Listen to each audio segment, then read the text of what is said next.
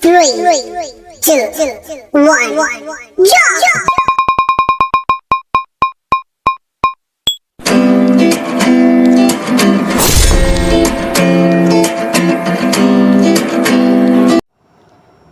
Assalamualaikum warahmatullahi wabarakatuh. Nah, berjumpa lagi dengan saya Anita Febriana dari Fakultas Ekonomi dan Bisnis Manajemen Universitas Pancasakti Bekasi.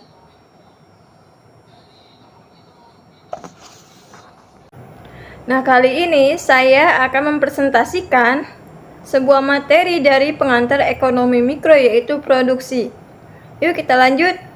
Jadi, dari pengertian produksi tersebut bahwa produksi adalah suatu kegiatan sejumlah pemasukan barang atau jasa dalam proses produksi lalu diproses menjadi output, yaitu pengeluaran suatu barang atau jasa yang dimiliki nilai tambah. Dan proses ini biasanya dilengkapi dengan kegiatan umpan balik untuk memastikan bahwa pengeluaran yang diproses sesuai dengan yang diinginkan. Nah, dalam proses input suatu sistem produksi sejumlah pemasukan barang, contohnya seperti tenaga kerja, mesin, material, atau modal. Setelah kita sudah mengetahui dari pengertian produksi tersebut, bahwa produksi tersebut memiliki fungsi, yaitu hubungan antara jumlah output dengan jumlah input yang dipergunakan dalam proses produksi secara matematis, yaitu dengan Q sama dengan F atau X1 atau X2 dan X3, sedangkan Q adalah output dan X adalah input.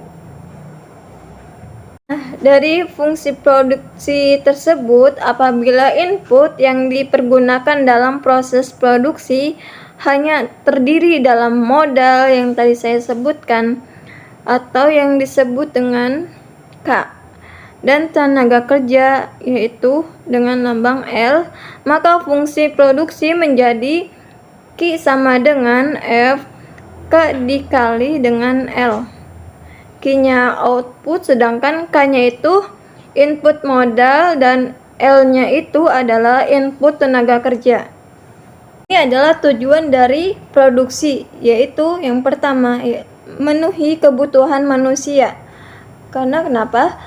Karena tujuan kegiatan ini untuk memenuhi kebutuhan manusia. Setiap kegiatan produksi ini pasti akan menghasilkan barang dan jasa yang dibutuhkan oleh masyarakat. Nah, sedangkan tujuan yang kedua yaitu meningkatkan kemakmuran masyarakat. Nah, kegiatan ini menunjukkan untuk meningkatkan kemakmuran masyarakat dengan adanya kegiatan produksi ini dari produsen, maka mendapatkan keuntungan banyak dari produksi tersebut. Nah, yang ketiga yaitu meningkatkan keuntungan pelaku usaha. Nah, tujuan kegiatan ini dengan produksi salah satunya untuk meningkatkan keuntungan atau mendapatkan keuntungan banyak sebanyak-banyaknya dalam proses produksi tersebut. Dan yang kelima yaitu tujuannya yaitu tujuan produksi selanjutnya yaitu memperluas lapangan usaha. Kegiatan ini memiliki beberapa tujuan, salah satunya untuk memperluas lapangan usaha. Saat jumlah produksi semakin meningkat dan hasil produksi diminati oleh banyak orang, tersebut memperluas lapangan usaha bagi produsen atau konsumen untuk memperluas usahanya. Selanjutnya, 3 faktor pengaruh dalam produksi. Yang pertama, sumber daya alam. Nah, sumber daya alam merupakan segala sesuatu yang tersedia dalam dan dapat dimanfaatkan manusia. Karena sumber daya alam dapat digunakan memenuhi kebutuhan, contohnya air, udara, tanah, dan sebagainya. Faktor yang kedua yaitu sumber daya manusia. Kemampuan manusia berupa jasmani dan rohani yang memiliki peran untuk meningkatkan SDM. Dan yang ketiga yaitu sumber daya modal. Sumber daya modal adalah uang atau barang yang dipakai pokok untuk berdagang. Karena modal adalah suatu barang atau hasil produksi yang digunakan untuk menghasilkan produk lebih lanjut. Selanjutnya di sini ada jenis-jenis produksi, antara lain yaitu produksi ekstraktif. Nah, produksi ini kegiatan yang bahannya diambil dari sumber daya alam yang ada di dalam bumi. Barang tersebut nanti akan dijual oleh ke perusahaan lain. Itu produksi jasa.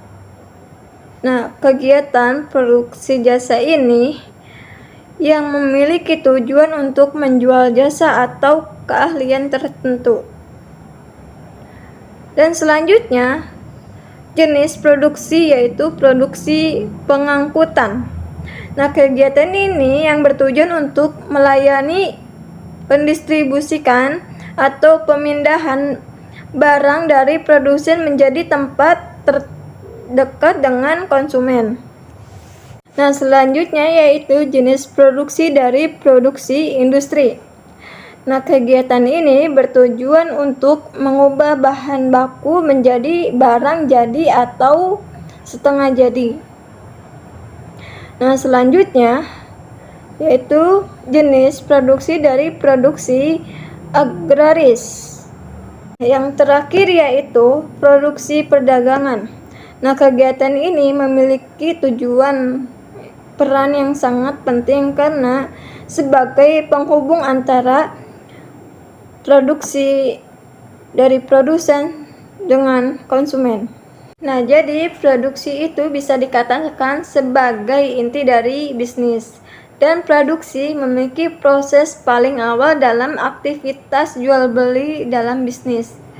Nah, begitupun produksi memiliki tujuan dalam kehidupan sehari-hari, yaitu memenuhi kebutuhan konsumen dan menghasilkan barang setengah jadi guna dan memenuhi kebutuhan produksi selanjutnya.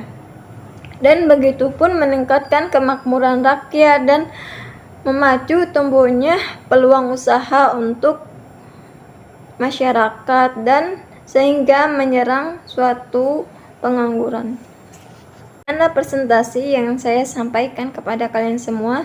Semoga bermanfaat bagi kita semua. Apabila ada salah kata, mohon maafkan. Wassalamualaikum warahmatullahi wabarakatuh.